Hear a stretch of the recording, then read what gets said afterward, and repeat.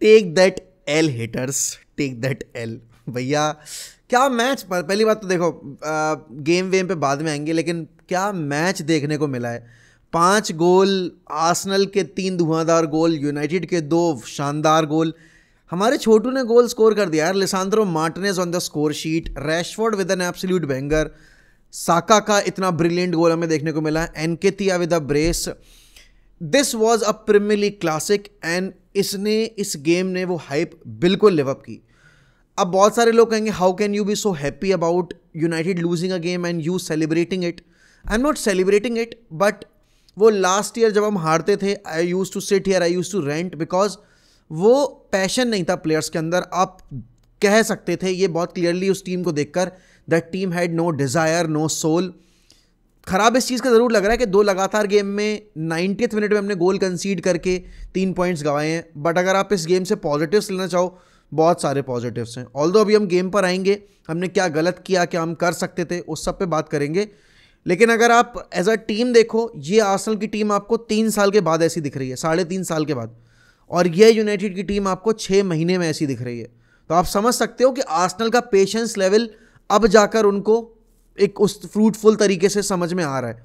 United ने इस team के ऊपर अभी सिर्फ 6 महीने वर्क करने को दिए एरिक टेन हैग को, और उसके बाद ही अगर यूनाइटेड पिछली साल की खराब परफॉर्मेंसेस के बाद, खराब स्पेल के बाद अगर आज टॉप 4 में बैठी हुई है, अगर आर्सेनल के होम पर जाकर उनको टो टू टो compete कर पाई है, although they were the better team, they tested our goalkeeper much more, उन्होंने हमें हमारे डिफेंस में ज़्यादा के परेशान किया, I agree with that part. But going on a way tough, scoring 2 goals और परेशान करके रखा उनको, तो definitely there are lot of positives, there are certain things that United fans must be proud of. Arsenal की पहले बात करूंगा मैं, बाद में यूनाइटेड पे आऊंगा। आई थिंक आर्सेनल यहां से, ये विक्ट्री उनके लिए बहुत ही कैरेक्टर वाली विक्ट्री है। क्यों? क्योंकि आप 90th मिनट में विनर मार के जीत रहे हो। जिस तरह से आपने गोल कंसीड करने के बाद कमबैक किया, उसके बाद आपने लीड ली, फिर आप वापस से कंसीड कर गए, और फिर उसके बाद आपने विनर स्कोर किया है, तो बहुत कुछ बताता है आपको इस आर्सेनल टीम की मेंटालिटी के बारे में। एंड डेफिनेटली आपको पता है कि अभी FA कप में उन्हें मैन सिटी के अगेंस्ट खेलना है, एंड यूनाइटेड अभी मैन सिटी को हरा के आई है। उसके अलावा अगर आप देखो, यूनाइटेड की इस साल की जो फॉर्म रही है वो अच्छी रही है। इनिशियली लूजिंग 2 गेम्स, उसके बाद हम अच्छा ही खेले हैं, ऑल्दो बीच में एक 6-3 वाला गेम ज़रूर आया था। यहाँ पर आर्सेनल की इस टीम में इंडिविजुअल से बेटर अगर आप देखना चाहो तो ये एक टीम की तरह खेल रहे हैं।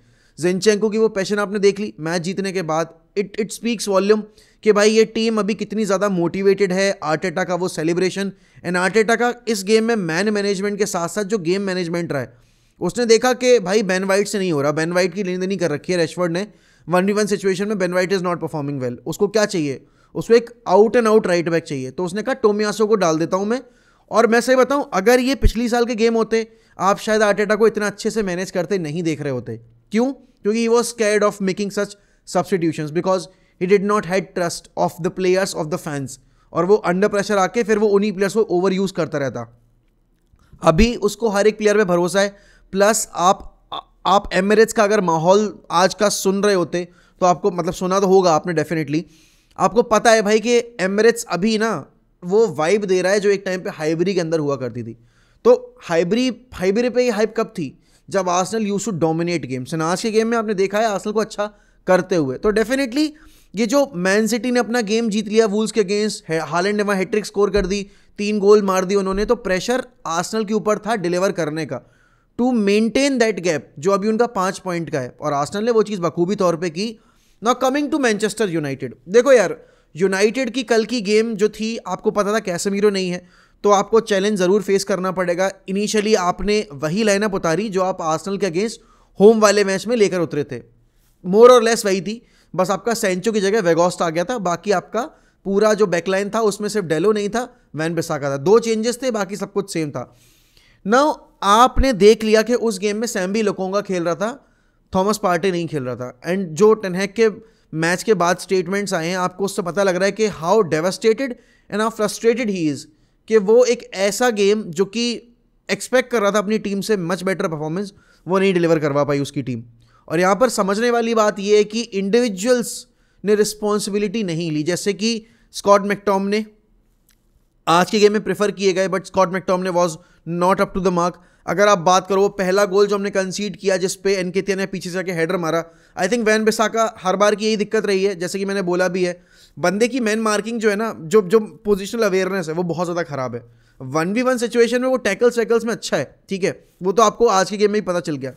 लेकिन जब बात आती है आपको चेक करने की अपने मार्कर को, वैन बिसाका ने ये काम आरबी लाइप्जिग के अगेंस्ट भी कर रखा है, मैन सिटी के अगेंस्ट भी कर रखा है, लिवरपूल के अगेंस्ट भी कर रखा है, और कल हमें आर्सेनल के अगेंस्ट भी देखने को मिल गया। This was not the first time जब वैन बिसाका ने ऐसा कुछ हमें दिखाया हो फील्ड के ऊपर।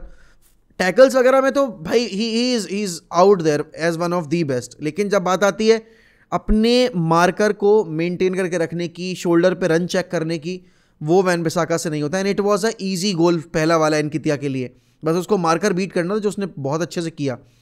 अगर आप देखो जो दूसरा गोल हमने कंसीड किया, वहाँ पर किसी ने भी साका को क्लोज डाउन नहीं किया, पूरा फ्री उसको रन दे रखा था, वहाँ से आके उसने अच्छा शॉट लिया, एंड भाई गोल तो बहुत टॉप नॉच था।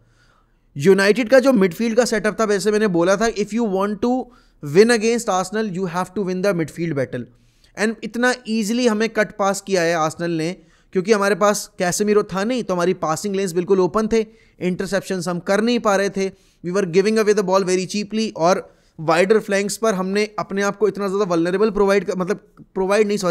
हमने इतना ज़्यादा एक्सप्रेस कर रखा था वल्नरेबल, कि हमें पता नहीं चला कि हमारे साथ क्या कुछ हो सकता था। वो तो शुक्र मनाओ कि आर्सेनल ने चांसेस कैपिटलाइज नहीं किया, और क्लियर कट चांसेस उतने ज़्यादा बने नहीं उनसे, वरना कैसेमीरो की जो एब्सेंस थी फील्ड के ऊपर वो आपको साफ साफ नज़र आ रही थी।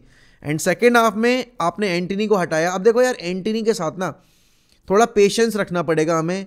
लोगों को चाहिए कि 100 मिलियन पे किए हैं तो तुरंत बस छाती पे चढ़ जाओ उसकी और परफॉर्मेंस निकलवाओ। सेम चीज़ डार्विन न्यूनेस के साथ हो रही है, सेम चीज़ आप कह सकते हो फीलिक्स के साथ भी होगी, क्योंकि उसके लिए भी वो उन्होंने 22 मिलियन वो जितना भी पे किया है प्लस वो उसकी पूरी सैलरी दे रहे हैं।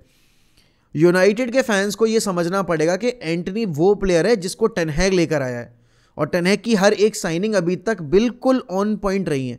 चाहे आप एरिक्सन की बात करो, चाहे आप लिसांद्रो की बात करो, चाहे आप कैसेमीरो की बात करो, चाहे आप मलासा की बात करो।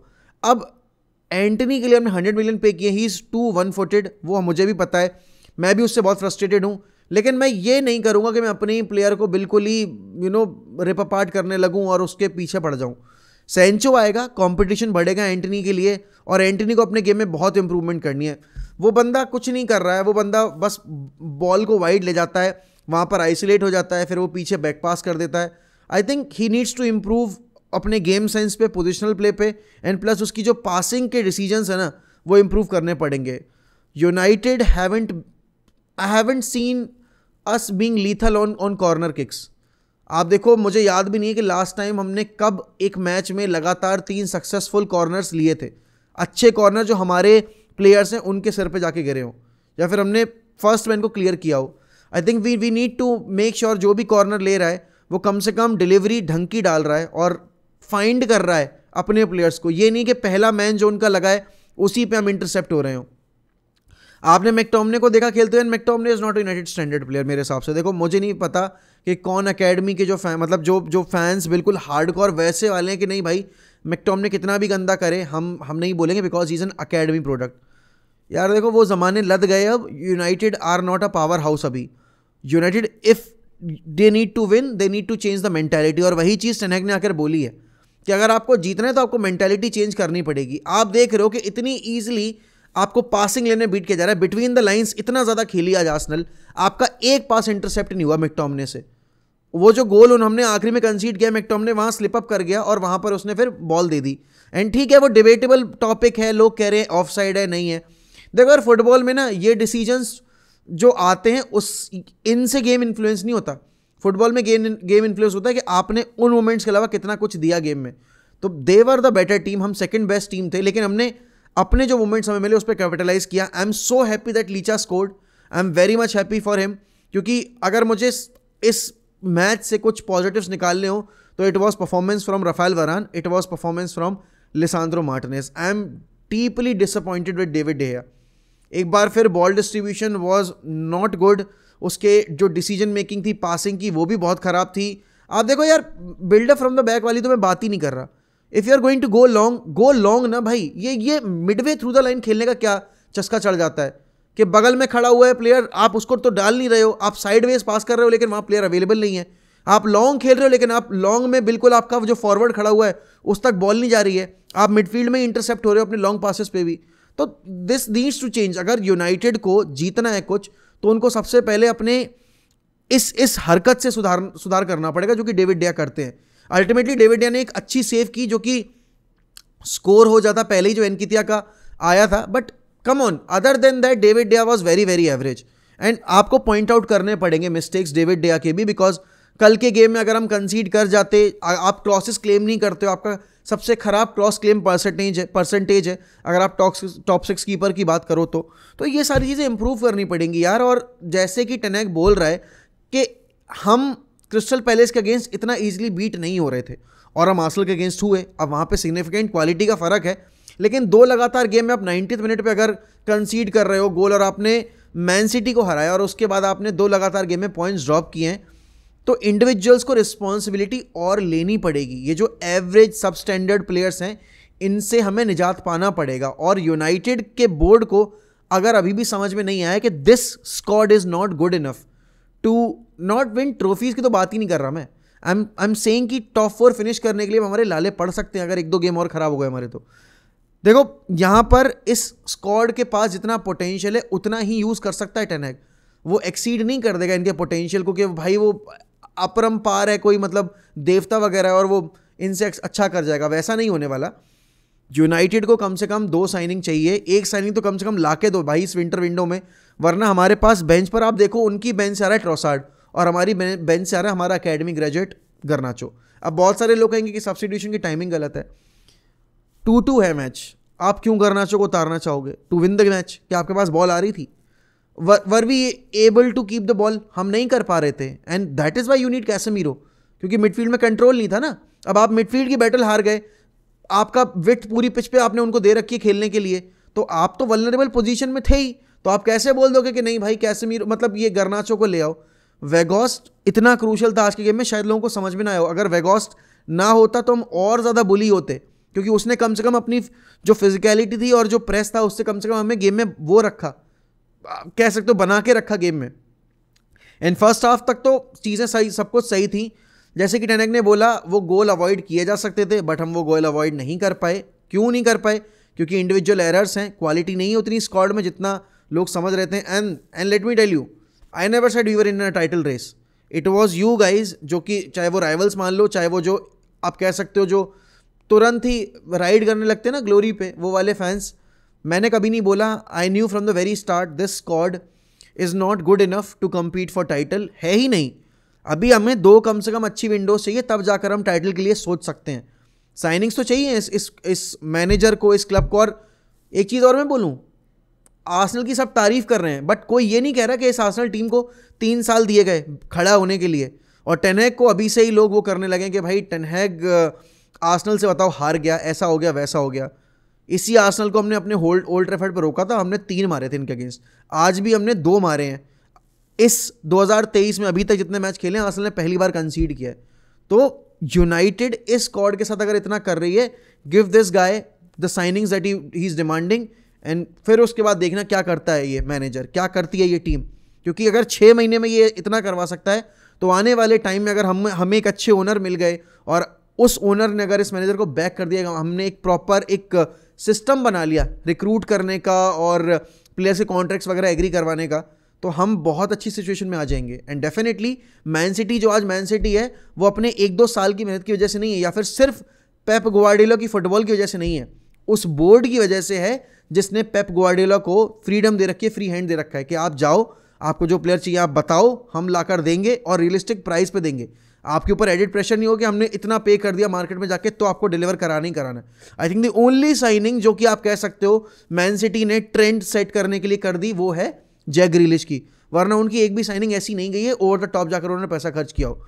यूनाइटेड को बहुत कुछ सीखना है। I think this game more like a defeat, मैं ये बोलूँगा it's a learning curve for everyone, specially for the fan base, कि इतना जल्दी डिक्राइडिंग मत किया करो कि आपको ये समझ में ना आए कि यूनाइटेड का स्क्वाड क्या है, आर्सेनल का स्क्वाड क्या है, यूनाइटेड ने कितने टाइम इस प्रोजेक्ट पे वर्क किया है, आर्सेनल ने कितने टाइम इस प्रोजेक्ट पे वर्क किया है, और मैन सिटी कितने टाइम से एक मैनेजर के अंडर खेल रही है और उनका स्क्वाड क्वालिटी क्या है। वेट करो, अब 2 मैचेस हैं, अभी हमें उससे पहले 3 मैचेस खेलने कप गेम्स के, 2 नॉटिंघम फॉरेस्ट के अगेंस्ट कैराबाओ कप में और एक रीडिंग के अगेंस्ट एफए कप में। तो अच्छा जाएगा मैच। बट देखो यार, मैं I am not disappointed, I am not heart broken.